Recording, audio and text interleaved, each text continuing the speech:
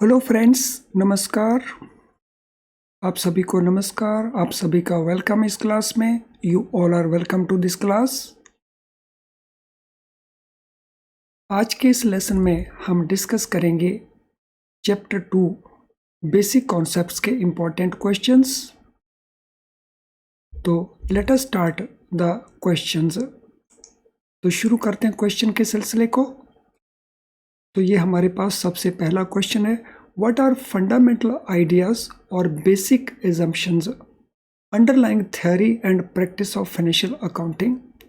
सो fundamental ideas और जो basic assumptions हैं जिनके बेसिस के ऊपर फाइनेंशियल अकाउंटिंग किया जाता है, तो उनको हम क्या कहते हैं? सो उनको हम कहते हैं थ्योरेटिकल फ्रेमवर्क, उनको हम कहते हैं रिकॉर्डिंग ऑफ ट्रांजैक्शंस, उनको हम कहते हैं डिफरेंसेस इन टर्मिनोलॉजी, उनको हम कहते हैं differences in dialect. So what are fundamental ideas और बेसिक एजम्पशंस जिसके बेसिस के ऊपर theory and practice of financial accounting टिका हुआ है, तो उसको हम क्या कहते हैं? तो उसको हम कहते हैं रिकॉर्डिंग ऑफ ट्रांजैक्शंस। ट्रांजैक्शंस को रिकॉर्ड करना, तो दैट इज फंडामेंटल आइडिया और basic assumptions. Question number 2, which concept deals with assumptions that a business will continue to operate indefinitely? सो कोई बिजनेस लगातार सक्सेसफुली काम करता रहे, तो इसके पीछे जो कॉन्सेप्ट है, जो एजम्पशन है, उस कॉन्सेप्ट और एजम्पशन का नाम क्या है? Cost concept, money measurement concept, business entity concept या रियलाइजेशन कॉन्सेप्ट। तो कौन सा कॉन्सेप्ट हम उसको कहते हैं? Which concept deals with the assumption that business will continue to operate indefinitely? तो कौन सा वो कॉन्सेप्ट है?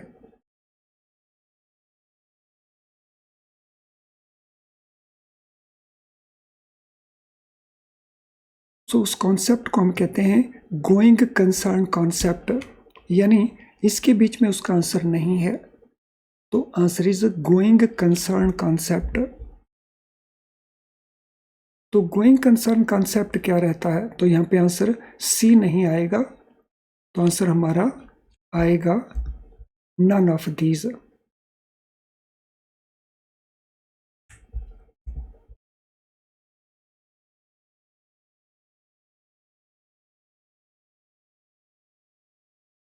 तो गोइंग कंसर्न क्या होता है? सो गोइंग कंसर्न का मतलब है कि वो बिजनेस कॉन्टिन्यूस बेसिस के ऊपर चलता रहेगा। Question number 3, which concept deal with matching of expenses with revenue in the same accounting period? So कौन सा वो कॉन्सेप्ट है जो एक्सपेंसेस को और इनकम को जो सेम पीरियड को रिलेट करते हैं उनको मैच करता है? Going concern concept, matching concept, accounting period concept या कन्वेंशन ऑफ कंजर्वेटिज्म? सो वो कॉन्सेप्ट जो मैच करता है एक्सपेंसेस विद रेवेन्यू, लेकिन इन द सेम अकाउंटिंग पीरियड। तो उस कॉन्सेप्ट को हम कौन सा कॉन्सेप्ट कहते हैं? Which concept it is called? तो उस कॉन्सेप्ट को हम कहते हैं matching concept, answer B. So that is called matching concept. Let us go to fourth question.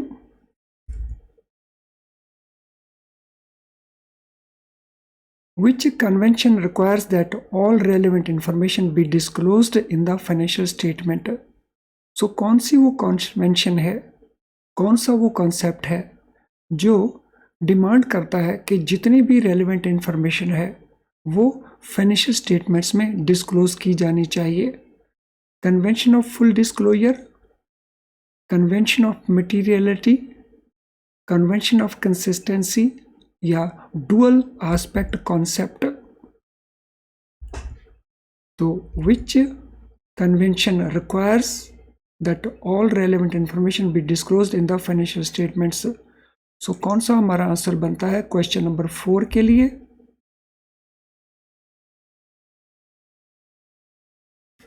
Question number 4, what is the relevant answer? So question number 4 के लिए जो answer बनता है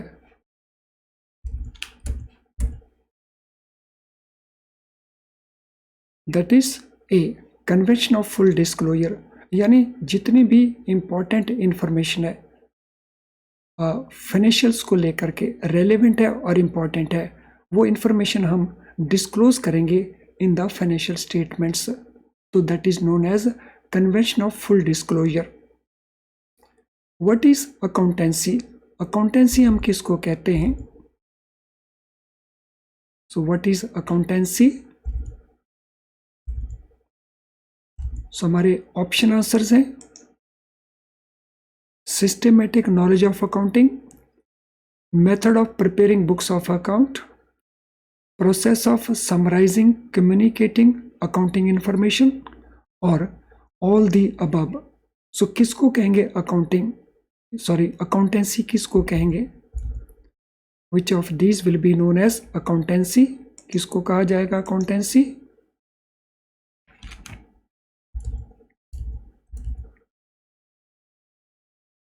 क्वेश्चन नंबर 5,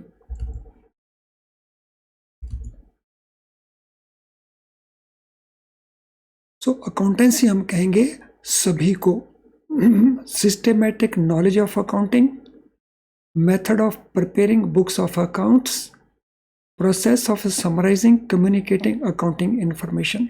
यानी अकाउंटेंसी के अंदर हम क्या करते हैं, एक सिस्टमेटिक नॉलेज है अकाउंटिंग, और ये एक मेथड है जिसके द्वारा हम बुक्स को प्रिपेयर करते हैं, अकाउंट की बुक्स को, और ये एक प्रोसेस है जिसमें हम समराइज करते हैं और कम्युनिकेट करते हैं अकाउंटिंग इंफॉर्मेशन को to the stakeholders. Question number 6, what is accounting often called? आमतौर के ऊपर हम अकाउंटिंग को क्या कहते हैं? Body of doctrines commonly associated with theory and procedure of accounting, language of business, guidelines for sound accounting practices and procedures, selection of conventions or procedures where alternatives exist. तो question number 6, what shall be the answer?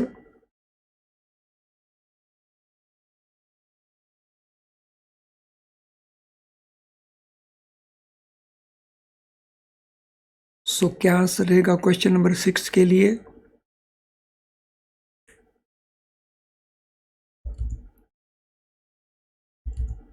Question number 6, what shall be the answer? So question number 6 के लिए answer रहेगा B, accounting को हम business की language कहते हैं। सो business में क्या हैपन हो रहा है इसको बताने के लिए हम अकाउंटिंग को यूज करते हैं, and that is the reason we call it language of business. What are accounting principles? Accounting principles क्या होते हैं? अकाउंटिंग प्रिंसिपल्स क्या होते हैं? Standards for sound accounting practices and procedures in reporting financial status and periodic performance of the business, या body of principles commonly associated with theory and procedure of accounting, या rules governing formation of accounting axioms, और all the above. Accounting principles क्या हैं? Question number 7,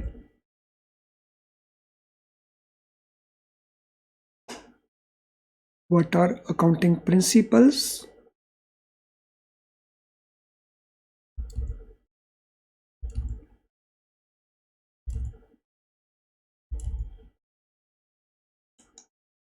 सो accounting principles हैं all these above, वो standard जिसके द्वारा हम स्टैंडर्ड साउंड अकाउंटिंग पॉलिसीज और प्रोसीजर को फॉलो करते हैं। Body of doctrine commonly associated with the theory and procedure of accounting and rules governing formation of accounting axioms. तो ये सारे के सारे ही अकाउंटिंग प्रिंसिपल को एक्सप्लेन करते हैं। What is definition of accounting principles? Accounting principles का डेफिनेशन क्या है? What is definition of accounting principles?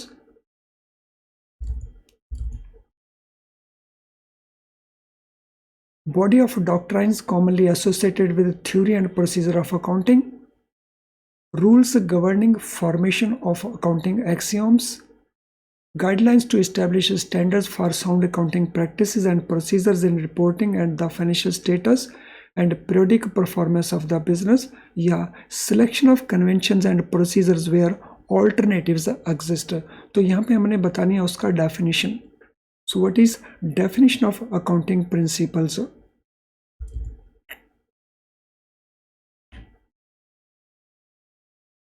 Definition of accounting principles, इनमें किसको कहेंगे हम?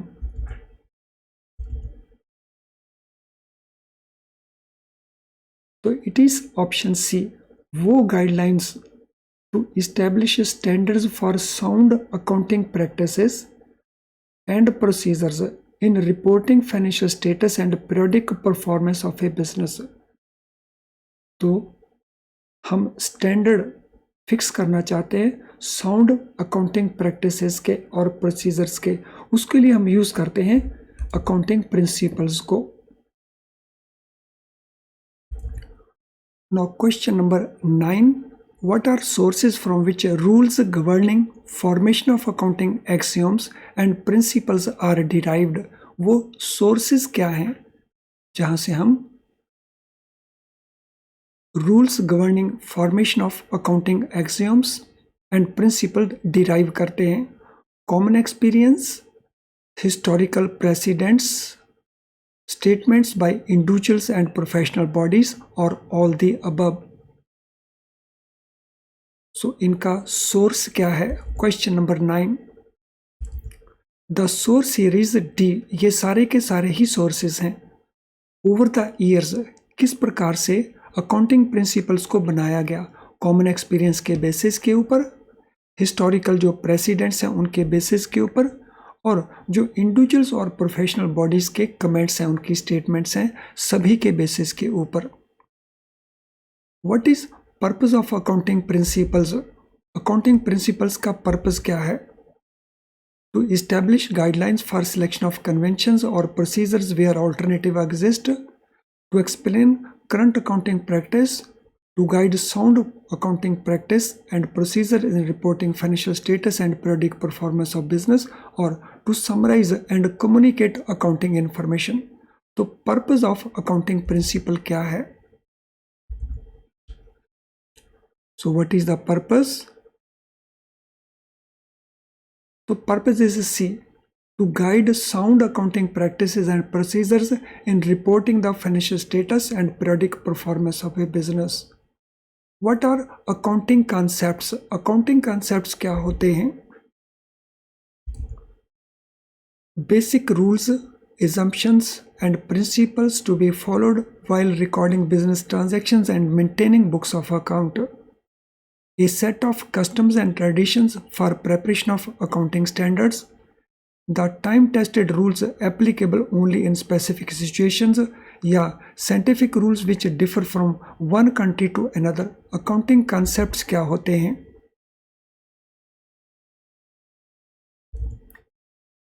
So accounting concept होते हैं वो basic rules, वो basic assumptions और वो basic principles जिनको फॉलो किया जाता है while recording business transactions और मेंटेनिंग बुक्स ऑफ अकाउंट. तो उन बेसिक रूल्स को हम कहते हैं अकाउंटिंग प्रोसीजर्स, और सॉरी अकाउंटिंग कॉन्सेप्ट्स. तो here our answer is A. Let us now go to next question. Why are accounting concepts important? Accounting concepts important क्यों हैं? Because they ensure that every business transaction is recorded at the market price. Because they help maintain continuity and comparability of books of account. Because they denote customs and traditions that must be followed in business transactions, or they are specific to a particular country. So accounting concepts क्यों important हैं?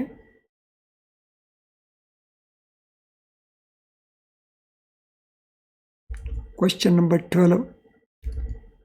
So they are important because they help maintain continuity and comparability of books of account.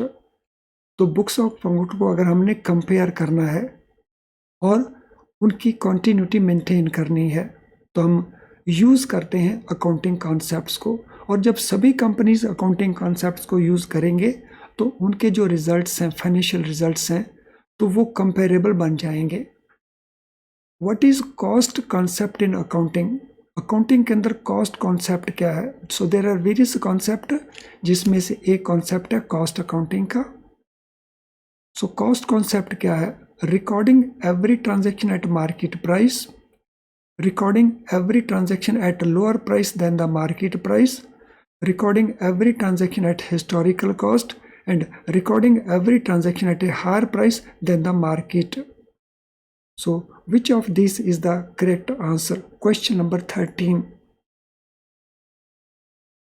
Cost concept क्या है?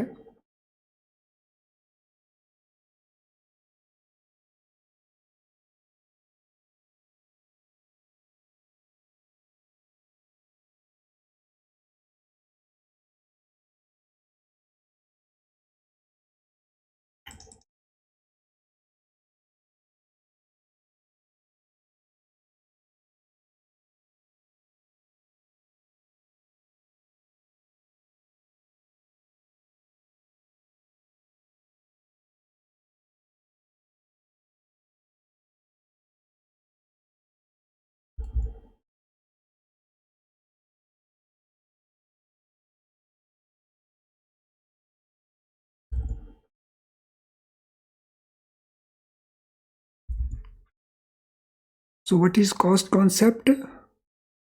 Every transaction should be recorded at historical cost.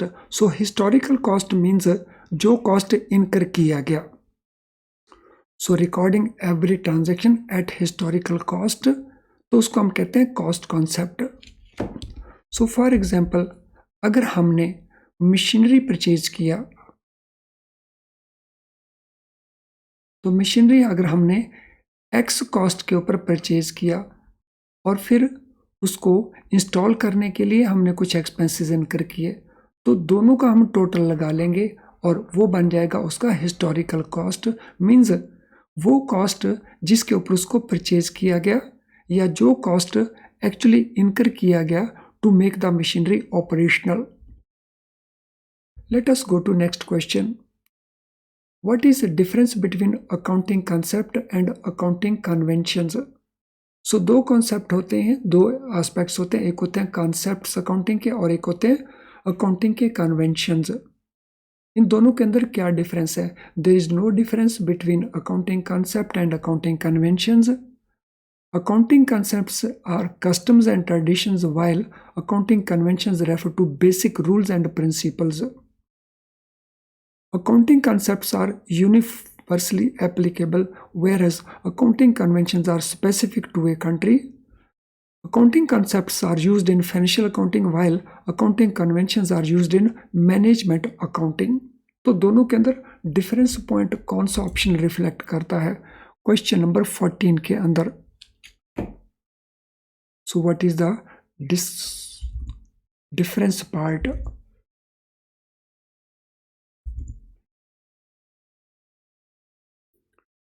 So it is option B. जो accounting concepts हैं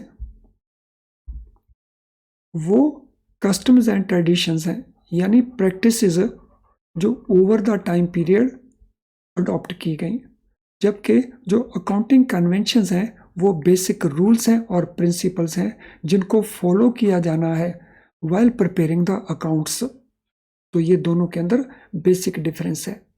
so accounting concept customs और traditions को represent करते हैं, यानी practices जो ओवर द ईयर्स बिल्ड हुई। चलिए अगले क्वेश्चन के ऊपर चलते हैं। According to cost concept, how are assets recorded in accounting? तो कैसे रिकॉर्ड किए जाएंगे कॉस्ट कॉन्सेप्ट के मुताबिक? At their present market value, at their original purchase price, at their future value और at price determined by company's management. तो cost concept के मुताबिक एसेट्स को कैसे रिकॉर्ड करेंगे?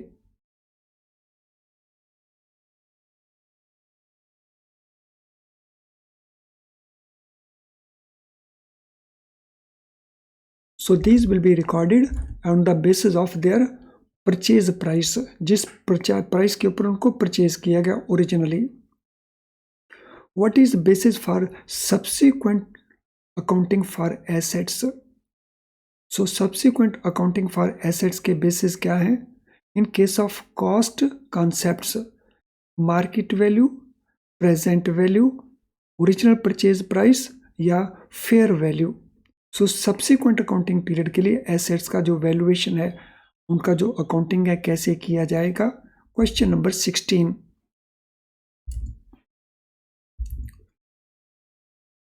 So it will be the original purchase price, तो उसी को बेस माना जाएगा. फॉर एग्जांपल जब हम डेप्रिसिएशन को कैलकुलेट करते हैं सो हम ओरिजिनल परचेज प्राइस के बेसिस के ऊपर उसका कैलकुलेशन करते हैं, उसी को बेस मानते हैं कैलकुलेशन के पर्पस के लिए. What is the term used for the amount shown in accounting records of an asset? क्या टर्म हम यूज करते हैं उस अमाउंट को दिखाने के लिए इन अकाउंटिंग रिकॉर्ड्स एक एसेट के लिए? Market value, present value, book value या फेयर वैल्यू? किस टर्म को हम यूज करते हैं? So which term is used? So ये term है book value. So book value is the term which is used for the amount shown in accounting records for an asset. तो उसको हम कहते हैं book value. What is the purpose of depreciation? Assets का depreciation हम क्यों करते हैं? To charge depreciation equal to fall in market value of the asset, to increase profit of each period, to allocate part of cost of asset to expenses in each accounting period, or to ignore unrealized gains. तो purpose क्या है depreciation का? Question number 18.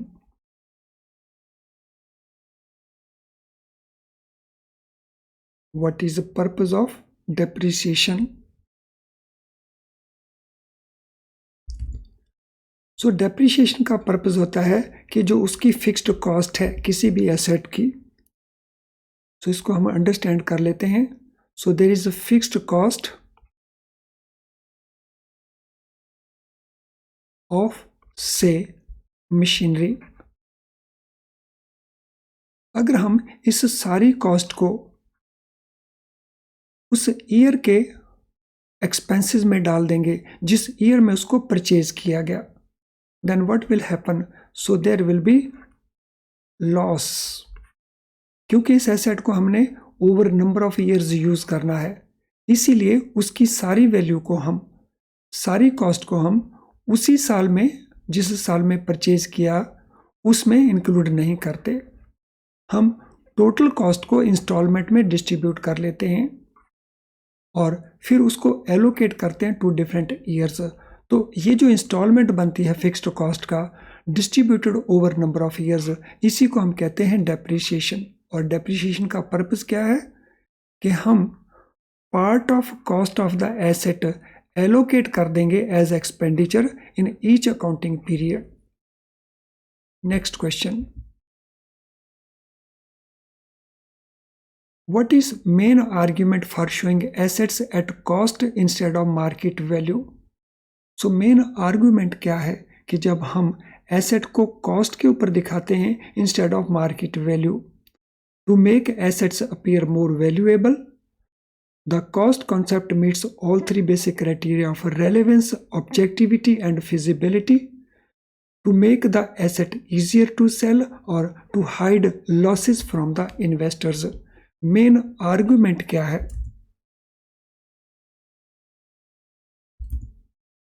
सो main argument है to make asset appear more valuable.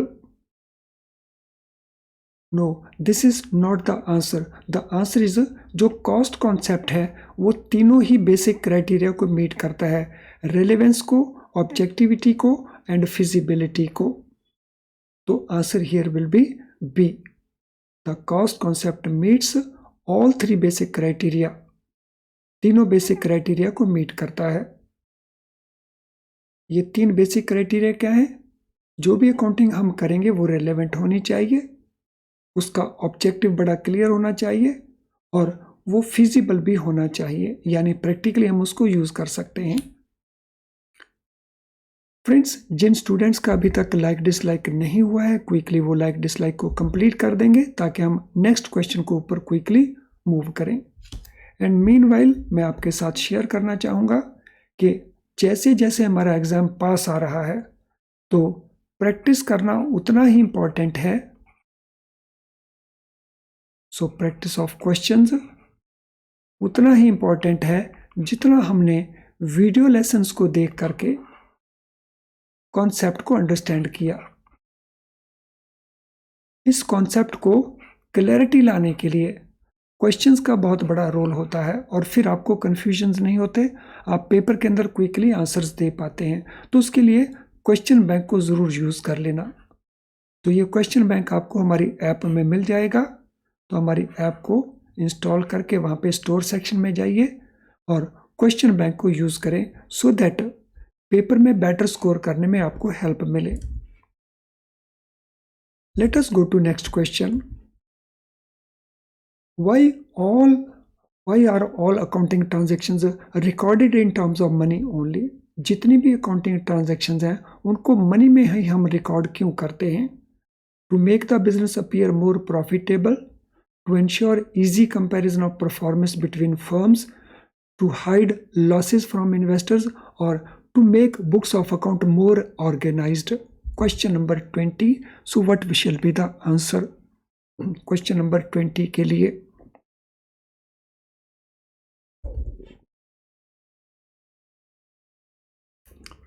तो answer रहेगा B, to ensure easy comparison of performance between firms.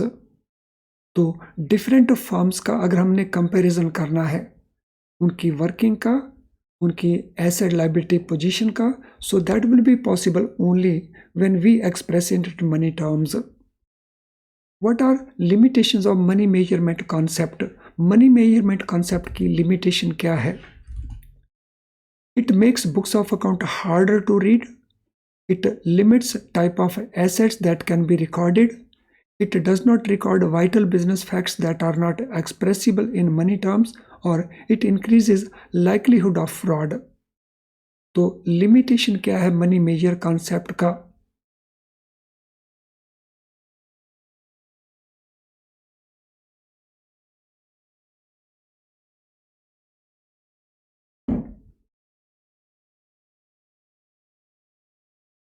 तो answer हमारे पास है सी।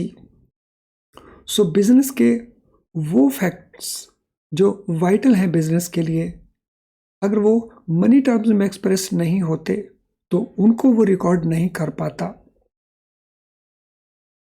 तो ये उसका लिमिटेशन है। Why is the state of health of managing director not recorded in books of account? So अगर मैनेजिंग डायरेक्टर की हेल्थ बिगड़ गई है तो उसका इफेक्ट बिजनेस के ऊपर होने वाला है, लेकिन उसके बावजूद भी उसे बुक्स ऑफ अकाउंट में रिकॉर्ड नहीं किया जाता। It is not relevant to business, it is not expressible in money terms, it is a personal matter, और it is difficult to measure. Question number 22. So what shall be the answer for question 22? तो answer is, इसको हम money terms में express नहीं कर सकते, so it is not expressible in money terms. Question 23. What is advantage of using money as a common denominator in accounting? So money को हम common denominator के तौर के ऊपर यूज करते हैं, इसका एडवांटेज क्या है?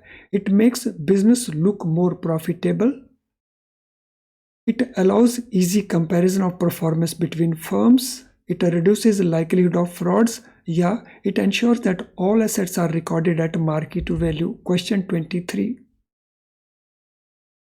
So here answer is कि इससे जो comparison है between different firms, so that comparison becomes easy. Well friends, आज के इस सेशन को वाइंड अप करने से पहले आज के सेशन से रिलेटेड अगर आपका कोई क्वेश्चन है तो कमेंट बॉक्स में आप उस क्वेश्चन को टाइप कर सकते हो।